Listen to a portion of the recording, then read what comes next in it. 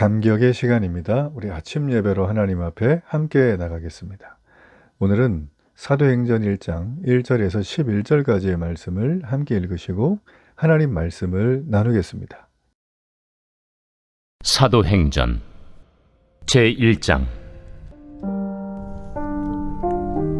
데오빌로여, 내가 먼저 쓴 글에는 무릇 예수께서 행하시며 가르치시기를 시작하심부터 그가 택하신 사도들에게 성령으로 명하시고 승천하신 날까지의 일을 기록하였노라. 그가 고난받으신 후에 또한 그들에게 확실한 많은 증거로 친히 살아계심을 나타내사 40일 동안 그들에게 보이시며 하나님 나라의 일을 말씀하시니라. 사도와 함께 모이사 그들에게 분부하여 이르시되, 예루살렘을 떠나지 말고 내게서 들은 바 아버지께서 약속하신 것을 기다리라.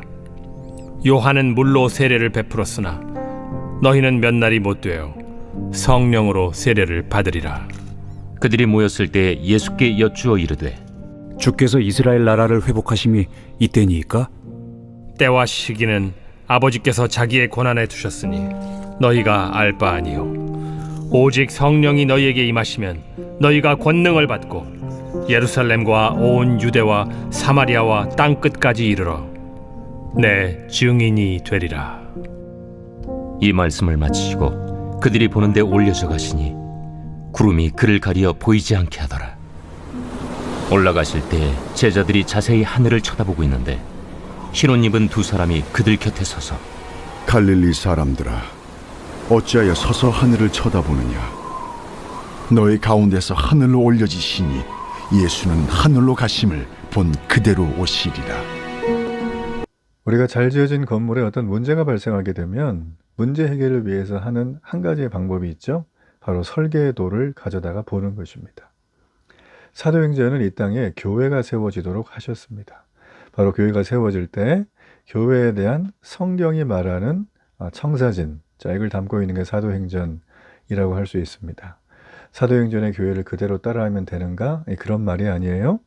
그대로 따라할 수도 없고 따라온다고 해서 완벽한 완전한 교회가 되는 것도 아닙니다.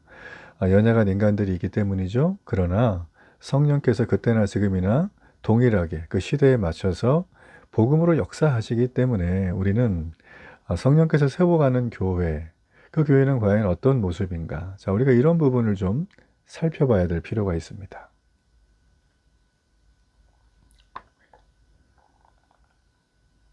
성령님은 성도가 그리스도의 증인이 되게 하십니다. 오늘 본문의 말씀이 다 그런 내용이죠. 성령 충만이란 다른 게 아니라 하나님으로 충만해지는 거죠. 하나님은 진리이시잖아요. 그래서 진리로 충만하는 것이다. 그래서 성령에 사로잡히게 되면 우리는 진리이신 하나님이 계시기에 그 하나님이 이 땅 가운데 죄된 우리들에게 전하는 메시지인 복음을 우리가 힘있게 전할 수가 있습니다. 사도행전은 다른 거 다 제쳐놓고 먼저 성령을 받는 사건, 이걸로 시작을 하죠. 오늘 누가는 데오빌로에게 예수님이 행하시며 가르치시기를 시작한다라고 하면서 또 우리가 사도행전 마지막 부분에 이 사도들에게 명하고 예수님이 승천하신 날까지의 모든 일을 기록해 보냈어요. 이 얘기는 복음의 시작과 복음의 완성 전체를 다 보낸 거죠. 그래서 사도행전에 나와 있는 누가의 핵심적인 마음은 바로 이 십자가의 복음이에요. 이걸 기록했다는 거죠. 그러므로 우리가 예수님을 믿고 따릅니다 라고 하는 사람들은 자신의 믿는 바가 무엇인가를 늘 체크를 해야 하는데 이게 사도행전에 명확히 기록이 돼 있다라는 것입니다. 누가는 데오빌로에게 시작을 하면서 예수님의 죽음과 부활, 승천에 대해서 말하죠. 이거는 정말 어떤 개인적인 어떤 견해가 아니라 바로 우리 주 예수 그리스도 복음의 핵심이 이것이다. 제가 지금 계속 강조를 하고 있습니다. 데오빌로에게 한 일이 무엇인가? 지금 꼭 집어서 누가가 얘기하죠. 바로 예수님이 당신에게 한 일, 온 인류에게 한 일이다. 이 땅에 예수님을 믿는 사람들은 이 예수님이 하신 일, 이 복음의 모든 내용을 제대로 소상히 알고 이걸 전파하기 위해서 살아가야 된다. 그를 위해서 우리를 택하셨대요. 사도들을.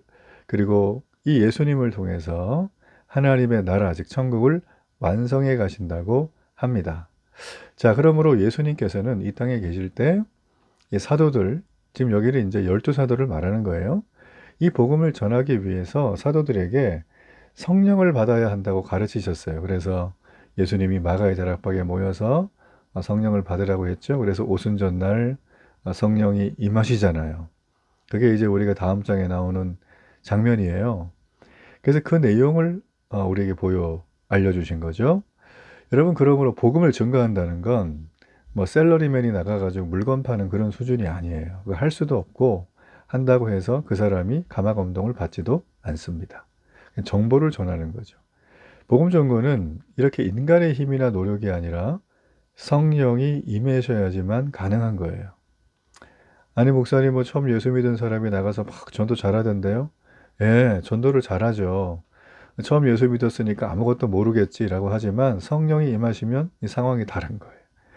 예, 우리가 말하는 것처럼 종교적인 용어나 기독교에 대한 깊이 있는 이해가 없을지라도 성령이 임하면 그의 입을 열어 복음을 전하게 하시는 거죠. 여러분, 그러므로 성령이 임하는 건 뭐 어떤 우선순위보다 가장 첫 번째 우선순위, 가장 중요한 거예요. 이게 없으면 아무리 종교생활로 내가 계급을 많이 쌓아도 그 계급장은 아무 소용이 없다라는 것입니다.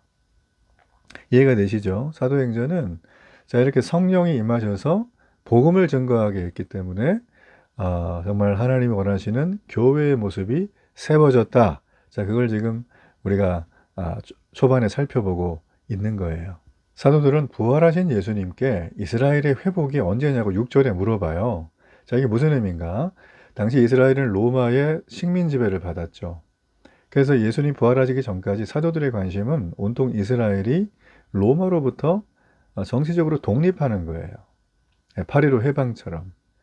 그러니까 이전에 사도들은 이스라엘이 독립을 할 때 예수님이 주도적인 역할을 하실 것으로 기대를 했는데 지금 돌아가시고 이제 부활하시기 전이잖아요. 그죠? 그러니까 부활하시고 이제 천국 가시기 전이니까 그걸 물어보는 거예요. 그랬더니 부활하신 예수님께서 대답을 해주십니다. 어떻게 되어 있냐면 7절에 보면 그 시작과 때가 하나님의 주관 아래 있다라는 거예요. 모른다는 거죠, 예수님도. 그죠? 그러면서 8절에 이 얘기를 하세요. 너희들의 사명은, 사도로서 너희들의 사명은 복음을 땅끝까지 전하는 것이다 라는 거예요. 자, 오늘날 교회의 현실은 상당히 척박합니다. 왜 척박한가? 보여지는 현실도 척박하지만 영적으로도 상당히 많이 무뎌지고 느슨해진 그런 모습 때문에 척박하다고 말할 수밖에 없어요. 규모가 있는 교회든 없는 교회든 간에, 처음 생겼든 오래된 교회든 간에 이 척박함의 현실에서 우리가 발버둥을 치고 있는 거죠. 자, 여러분, 중요한 것이 무엇일까요? 교회가 척박하다, 세상으로부터 인정을 못 받는다, 교회는 겨울처럼 이제 세상의 중심부에서 기독교는 밀려나고 있다, 뭐 후기 기독교 사회다, 뭐 이런 얘기를, 진단들을 많이 합니다. 진단 필요하죠. 여러분, 그렇지만 여전히 부흥의 물결이 임하는 지역, 교회, 사람이 있다라는 거예요. 그건 어떻게 설명을 하겠습니까? 그렇죠? 그건 바로 성령께서 오셔서 성령으로 무장된 성령 충만함을 사모하는 그들의 삶과 사역과 교회와 그 지역을 복 주시는 거예요. 여러분, 그러므로 이 땅의 교회가 물질로 구성이 되어 있는 것처럼 보이고 눈에 보이는 것, 잡히는 것이 전부인 것처럼 보여요. 그래서 이 땅의 어떤 가치나 기준이나 제도에서 벗어날 수 없는 것처럼 보이지만, 물론 벗어나는 소리가 아니에요. 이 땅의 교회가 해야 될 가장 중요한 사명을 잊지 말아야 돼요. 여러분, 그게 뭘까요? 교회는 복음 전하는 일에 전력해야 된다는 것입니다. 자, 이 일에 우리가 전적으로 관심을 쏟아야 한다는 거예요. 왜 이렇게 해야 되는가? 우리가 복음을 위해서 부르심을 받았기 때문이에요. 그렇죠? 교회 역시 이 본연의 부르심에 충실할 때 부흥의 물결이 임하는 것입니다. 부활하신 예수님은 제자들이 보는 가운데 하늘로 올라가셨죠. 자, 그리고 예수님의 승천을 목격을 해요. 그러니까 이들에게 예수님이 복음 증거의 사명을 위임하고 승계해 주셨어요. 그러니까 하늘에서 두 천사가 나타나요. 예수님 부활에 승천하시는 걸 보고 있는 그 상황에서 천사가 말합니다. 두 가지를 알려주죠. 11절에 먼저 부활하신 주님이 하나님께로 간다는 거예요. 그죠? 네, 간다. 그리고 때가 되면 이 땅에 다시 돌아오신다. 네, 이미와 아직 우리 주님이 다시 오실 것이다. 그 예수님의 마라나타죠. 주님 다시 오시옵소서. 우리는 그 주님을 기다리는 종교 아니겠습니까? 그죠? 그 두 가지의 내용을 우리가 알 수 있는 걸 볼 수가 있는데, 두 번째 거는 주님이 오실 거니까 아직 안 오셨죠. 그러나 첫 번째 건 우리가 해야 돼요. 뭘 해야 되나요? 예, 주님이 우리에게 맡기신 걸 해야 돼요. 그게 뭘까요? 복음을 전하는 거예요. 복음 증거에 매진하는 거죠. 사도행전의 교회들이 건강한 교회로 세워질 수 있었던 비결은 바로 예수님을 증언하는 삶을 살았기 때문입니다. 하나님은 우리를 보고 들은 바대로 증언하는 복음의 증인으로 우리를 부르셨어요. 그러니까 우리는 예배에 참석해서 은혜 받는 것이 신앙생활이라고 오해해서는 안 됩니다. 예배를 통해 진리를 배우죠. 말씀으로 감격하는 것도 중요해요. 더 중요한 건 예배 중에 만난 이 예수님 전하는 거예요. 성경 공부를 통해서 신앙의 체계를 세우는 것도 중요하지만 더 중요한 건 그 공부를 통해 예수님을 배우고 예수님을 경험할 뿐 아니라 그분을 이웃들에게 소개하는 것입니다. 자, 그 과정 속에서 어려움이 올 수 있어요. 내 뜻과 안 맞고 아무리 노력해도 안 되고 10년 넘게 했는데도 여전히 교회 안 오고 좌절이 되죠. 낭망이 되죠. 여러분 그럴 때 어떻게 해야 됩니까? 네, 우리 주님을 바라봐야 되는 거예요. 그렇죠? 여러분 그러므로 우리가요. 성도의 교제, 성경 공부를 배우는 거, 예배하는 거, 또 구제하는 거, 욕심을 버리는 거, 섬기는 거 다 좋아요.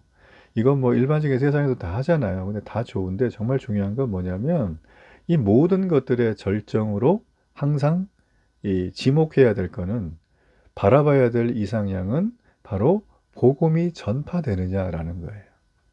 교회는 자선단체가 아니고 교회는 구제기관도 아니고 교회는 병원도 아니고 학교도 아니에요. 교회는 예배 공동체예요. 예배. 하나님을 예배하는 곳. 그 예배에서 복음이신 주님이 내게 선물을 주시고 생명을 주시고 날 살리셨잖아요. 이걸 전하는 게 교회 성도의 사명이라는 거예요. 사도들의 사명이 그거고 성도인 나의 사명이다. 아까 말씀드렸죠? 내가 오늘 예수 믿었어도 입을 열고 복음을 전가할 수가 있습니다. 유창하지 않아도 돼요. 내 마음이 열고 순종하는 그 마음 하나만 있으면 되는 거라는 거죠. 여러분 그러므로 우리가 이 시대의 교회가 주목해야 될 유일한 하나의 사명은 말씀을 듣고 교제하고 선행을 통해서 어떻게 돼요? 복음이 전파되는 것. 이건 바로 예수님의 증인된 삶을 사는 저와 여러분의 삶을 통해서 일어난다는 거예요. 여러분 그러므로 이게 부흥의 시작입니다.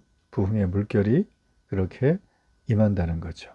여러분 오늘도 이것을 기억하고 성령께 붙들려 살아가는 이하로 되기를 축복합니다.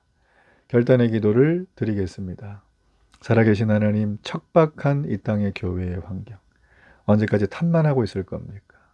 붙들고 일어나 건강해지는 교회, 성령의 임재가 가득하고 충만한 교회, 증인의 삶을 살아가는 교회로 이 땅의 모든 교회를 축복해 주옵소서.